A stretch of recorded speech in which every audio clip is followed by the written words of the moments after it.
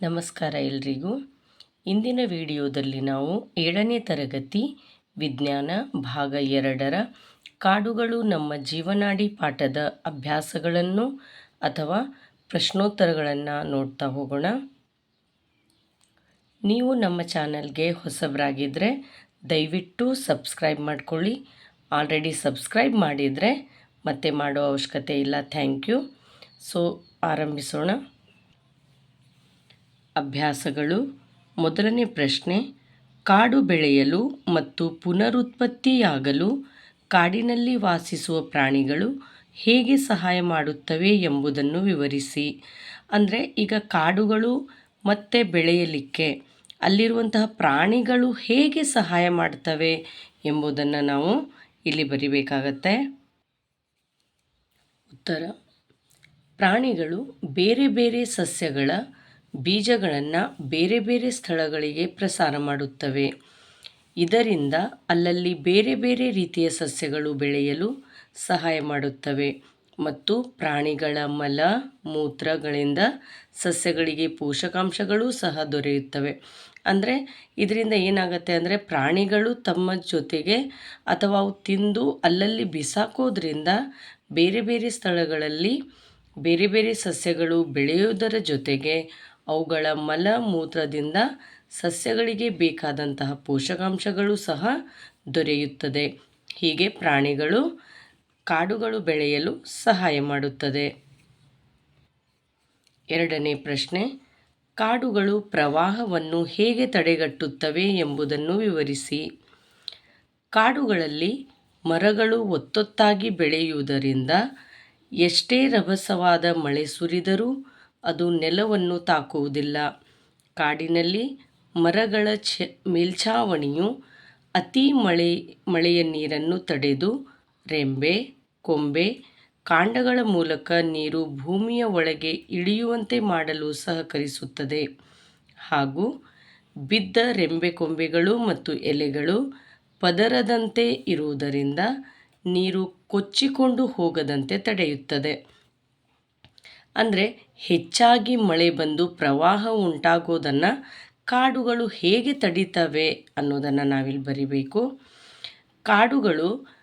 ಕಾಡುಗಳಲ್ಲಿ ಮರಗಳು ಒತ್ತೊತ್ತಾಗಿ ಬೆಳೆದಿರ್ತವೆ. ಹಾಗೆ ಅವುಗಳ ಮೇಲ್ಛಾವಣಿಯಿಂದ ಮಳೆಯ ನೀರು ಡೈರೆಕ್ಟಾಗಿ ಭೂಮಿಗೆ ಬಿದ್ದು ಕೊಚ್ಕೊಂಡು ಹೋಗದೇನೆ ಅವು ಈ ಎಲೆಗಳು, ರೆಂಬೆ, ಕೊಂಬೆಗಳು ಬಿದ್ದಿರ್ತವೆ.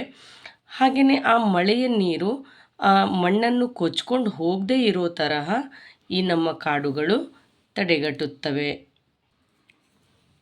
ಪ್ರಶ್ನೆ 3, ವಿಘಟಕಗಳೆಂದರೇನು? ಅವುಗಳಲ್ಲಿ ಯಾವುದಾದರೂ ಎರಡನ್ನು ಹೆಸರಿಸಿ.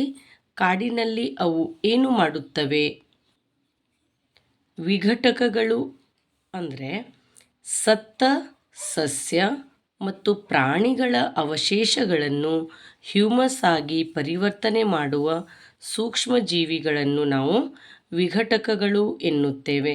ಅಂದರೆ ಈಗ ಸತ್ತಂತಹ ಸಸ್ಯಗಳಿರ್ಬೋದು, ಪ್ರಾಣಿಗಳ ಅವಶೇಷಗಳು ಅಂದರೆ ಅವುಗಳ ದೇಹವನ್ನು ವಿಘಟಿಸಿ ಅವುಗಳನ್ನು ಹ್ಯೂಮಸ್ ಆಗಿ ಪರಿವರ್ತನೆ ಮಾಡುವಂತಹ ಸೂಕ್ಷ್ಮಾಣು ಜೀವಿಗಳೇ ವಿಘಟಕಗಳು.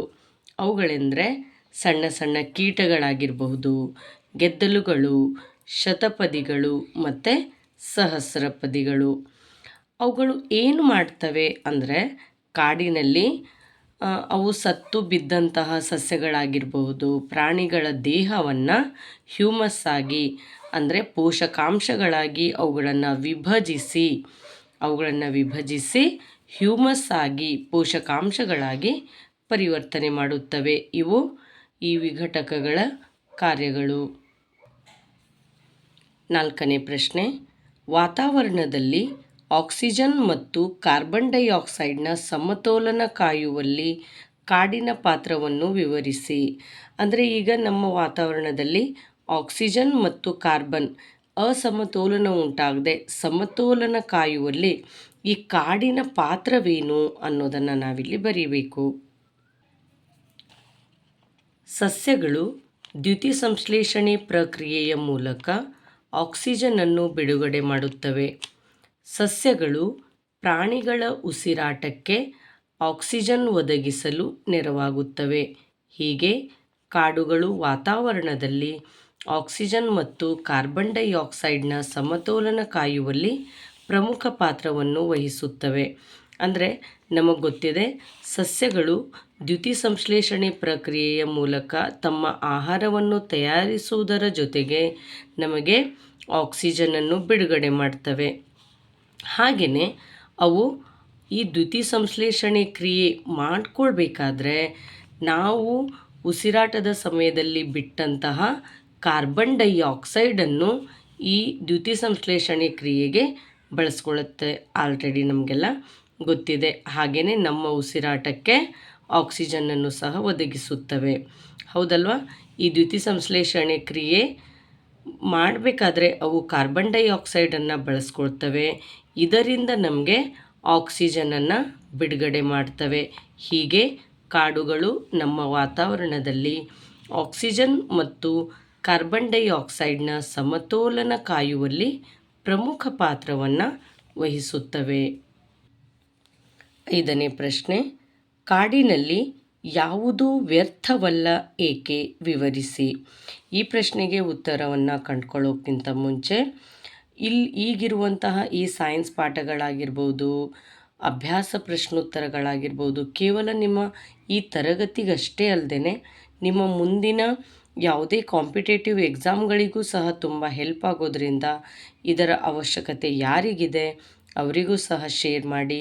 ಇಷ್ಟ ಆದರೆ ಲೈಕ್ ಮಾಡಿ. ಹಾಗೆಯೇ ಈ ವಿಡಿಯೋ ಬಗ್ಗೆ ನಿಮಗೆ ಏನು ಅನಿಸುತ್ತೆ ಅನ್ನೋದನ್ನು ಸಹ ಕಾಮೆಂಟ್ ಮಾಡಿ. ಕಾಡಿನಲ್ಲಿ ಯಾವುದೂ ಕೂಡ ವ್ಯರ್ಥ ಅಲ್ಲ, ಏಕೆಂದರೆ ಸತ್ತ ಸಸ್ಯ ಮತ್ತು ಪ್ರಾಣಿಗಳ ಅವಶೇಷಗಳನ್ನು ವಿಘಟಕಗಳು ಹ್ಯೂಮಸ್ ಆಗಿ ಪರಿವರ್ತಿಸುತ್ತವೆ. ಅಂದರೆ ಕಾಡುಗಳಲ್ಲಿ ಈಗ ಸಸ್ಯಗಳು, ಗಿಡಗಳು, ಮರಗಳು ಸತ್ರೂ ಸಹ, ಹಾಗೆಯೇ ಅಥವಾ ಪ್ರಾಣಿಗಳು ಸತ್ರೂ ಸಹ ಅವುಗಳ ದೇಹಗಳನ್ನು ಅಥವಾ ಅವಶೇಷಗಳನ್ನು ವಿಘಟಕಗಳು ಹ್ಯೂಮಸ್ ಆಗಿ ಪರಿವರ್ತಿಸುತ್ತವೆ. ಈ ಹ್ಯೂಮಸ್ ತುಂಬ ಪೋಷಕಾಂಶಗಳನ್ನು ಹೊಂದಿದ್ದು ಗಿಡಗಳ ಬೆಳವಣಿಗೆಗೆ ಸಹಕರಿಸುತ್ತದೆ.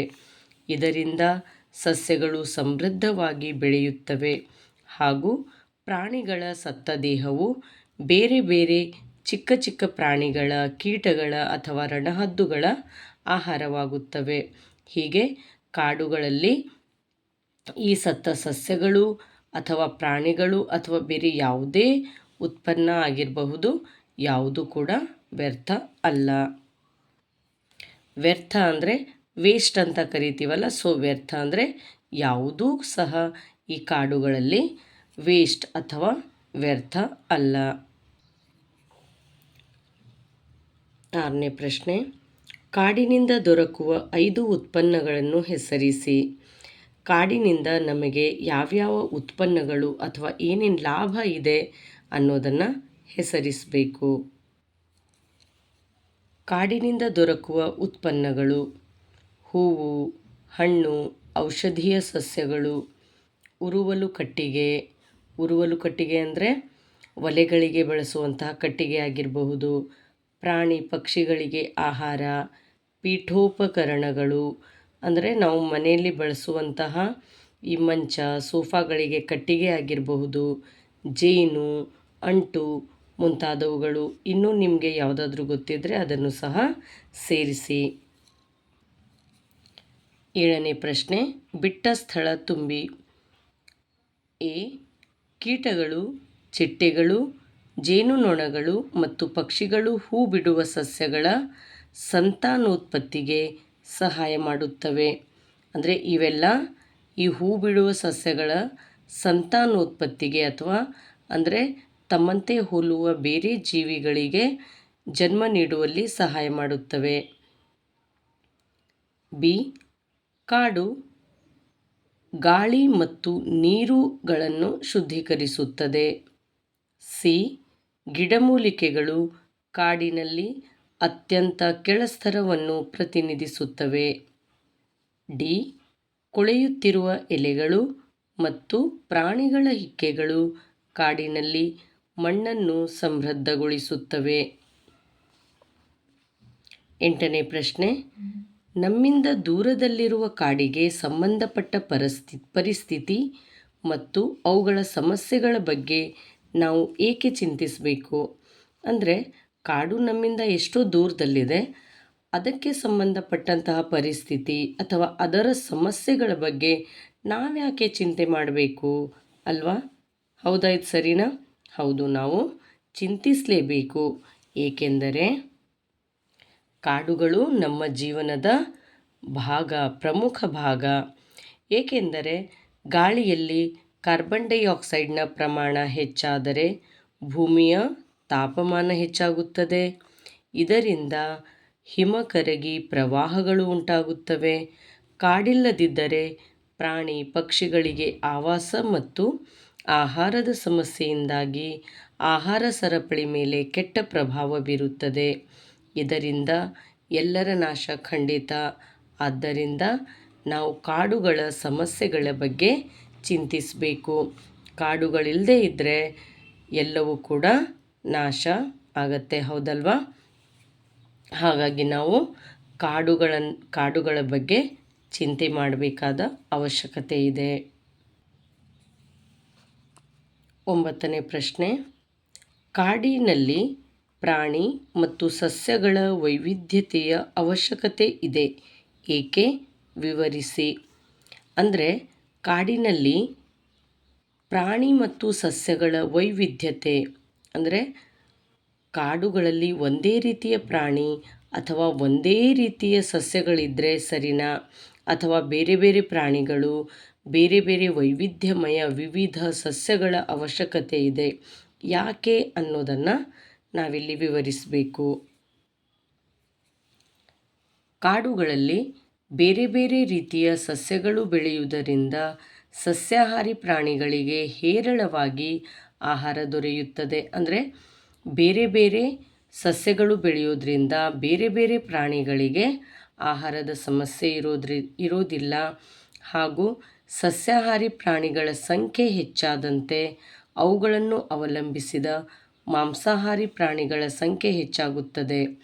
ಪ್ರಾಣಿಗಳು ಮತ್ತು ಸಸ್ಯಗಳಿಂದ ಹೀಗೆ ಪರಸ್ಪರ ಅವಲಂಬನೆ ಹೆಚ್ಚಾಗುವುದರಿಂದ ಅವುಗಳ ವೈವಿಧ್ಯತೆಯ ಅವಶ್ಯಕತೆ ಇದೆ. ಅಂದರೆ ಕಾಡುಗಳಲ್ಲಿ ಒಂದೇ ರೀತಿಯ ಸಸ್ಯಗಳೂ ಸಹ ಇರಬಾರ್ದು. ಹಾಗೂ ಈಗ ಒಂದೇ ಹುಲಿ ಅಷ್ಟೇ ಇದ್ದರೆ ಚೆನ್ನಾಗಿರತ್ತಾ? ಬರೀ ಮಾವಿನ ಮರ ಅಥವಾ ಈಗ ತೇಗ, ಗಂಧ ಒಂದೇ ರೀತಿಯ ಮರಗಳು ಅಥವಾ ಸಸ್ಯಗಳು ಇದ್ದರೆ ಸರಿನಾ? ಇಲ್ಲ. ಬೇರೆ ಬೇರೆ ರೀತಿಯ ಪ್ರಾಣಿಗಳೂ ಸಹ ಇರಬೇಕು, ಸಸ್ಯಗಳು ಕೂಡ ಇರಬೇಕು.